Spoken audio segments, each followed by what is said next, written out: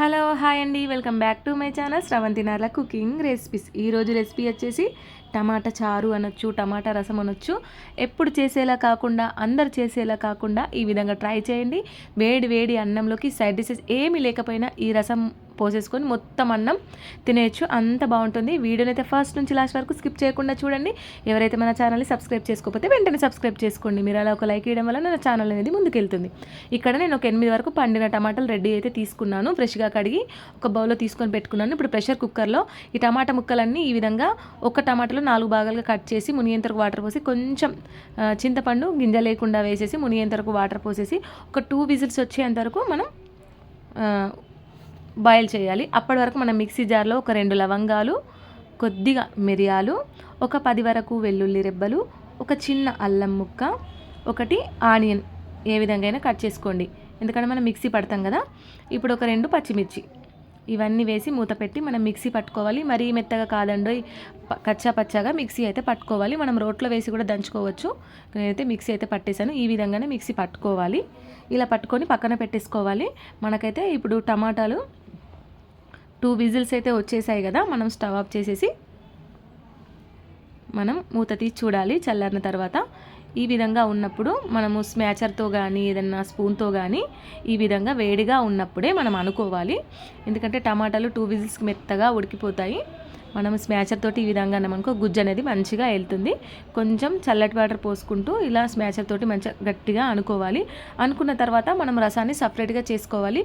టమాటా రసం ఎప్పుడైనా సరే ప్రెషర్ కుక్కర్లో ఈ విధంగా విజిల్స్ తీసామనుకో రసం అనేది గుజ్జులాగా చాలా బాగుంటుంది. అదే నార్మల్గా బౌల్లో మనం టమాటాలని ఉడికించామనుకో వాటర్ ఉంటుంది, టమాటాలు అలాగే ఉండిపోతాయి. కాబట్టి ఎప్పుడైనా ప్రెషర్ కుక్కర్లో టమాటాలు ఉడికించి రసం తీసుకోవాలి, చిక్కగా గుజ్జులాగా వెళ్తుంది. ఇప్పుడు మనం రసం తీసి పక్కన పెట్టేసుకున్నాం కదా. ఇప్పుడు స్టవ్ ఆన్ చేసి ఒక బౌల్లో ఆయిల్ వేసి, ఆయిల్ హీట్ అయిన తర్వాత ఒక స్పూన్ ఆవాలు, ఒక స్పూన్ జీలకర్ర, కొద్దిగా స్మెల్ కోసం బండ పువ్వు, ఒక 2 పచ్చిమిర్చి, ఒక 2 ఎండుమిర్చి వేసేసుకొని మంచిగా ఫ్రై అయిపోయిన తర్వాత ఇలా మనం పట్టుకున్న పేస్ట్ని అయితే ఈ ఆయిల్లో వేసేసి ఒక స్పూన్ పసుపు వేసేసి కరివేపాకు కూడా వేసేసి ఇప్పుడు బాగా మిక్స్ అయ్యేంత వరకు, అది పచ్చి వాసన పోయేంత వరకు ఆయిల్లో మంచిగా బాగా మిక్స్ అయ్యేంత వరకు అయితే మంచిగా కలుపుకోవాలి.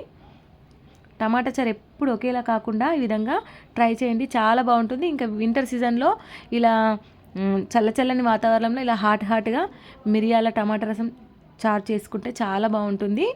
ఇలా మనం రసాన్ని తీసి ఒక బౌల్లో వేసేసుకున్నాం కదా. ఇప్పుడు ఇది మంచిగా దగ్గర పడింది కదా. ఈ రసాన్ని అయితే ఇందులో పోసేసుకోవాలి. ఇలా పోసేసుకున్న తర్వాత ఒకసారి బాగా మిక్స్ అయ్యేంతవరకు అయితే మనం మంచిగా కలుపుకోవాలి. చూడండి, రసం అనేది చాలా చిక్కగా, ఇలా చేస్తే చాలా చిక్కగా వెళ్తుంది. మనం బౌల్లో చేసుకోకూడదు.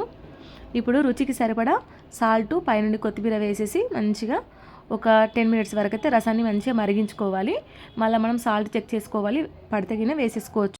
చారుని ఇలా ఒక 5 నిమిషాల వరకు మంచిగా మరిగించుకోవాలి. చారు మరగడంలోనే చాలా టేస్ట్గా ఉంటుంది. ఇలా చారు మరుగుతున్నప్పుడు ఒక చిన్న గిన్నెలో ఒక స్పూన్ వరకు శనగపిండిని తీసుకోవాలి. ఈ శనగపిండి మీ ఆప్షన్ అండి, మీకు ఇష్టం ఉంటే వేసుకోవచ్చు, లేదంటే స్కిప్ చేయొచ్చు. శనగపిండి వేయడం వల్ల చారు అనేది థిక్నెస్గా చాలా చిక్కగా వస్తుంది. ఇలా మంచిగా ఉండలు లేకుండా కలుపుకొని ఈ వాటర్ని అందులో పోసేసి బాగా మిక్స్ అయ్యేంత వరకు ఒక 10 నిమిషాల వరకు కలుపుకోవాలి.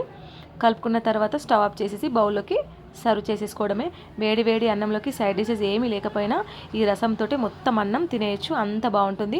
పిల్లలకు మార్నింగ్ లంచ్ బాక్స్ రెసిపీకి కూడా చేసేయచ్చు, వాళ్ళు కూడా చాలా ఇష్టంగా తింటారు. ఇంకా ఈ వింటర్ సీజన్లో ఇలా చల్లని వాతావరణంలో ఇలా ఘాటు మిరియాల టమాటా చారు రసం తప్పకుండా ట్రై చేయండి. ట్రై చేసిన తర్వాత ఏమనిపించిందో కామెంట్ చేయండి. వీడియో నచ్చితే ప్లీజ్ సబ్స్క్రైబ్.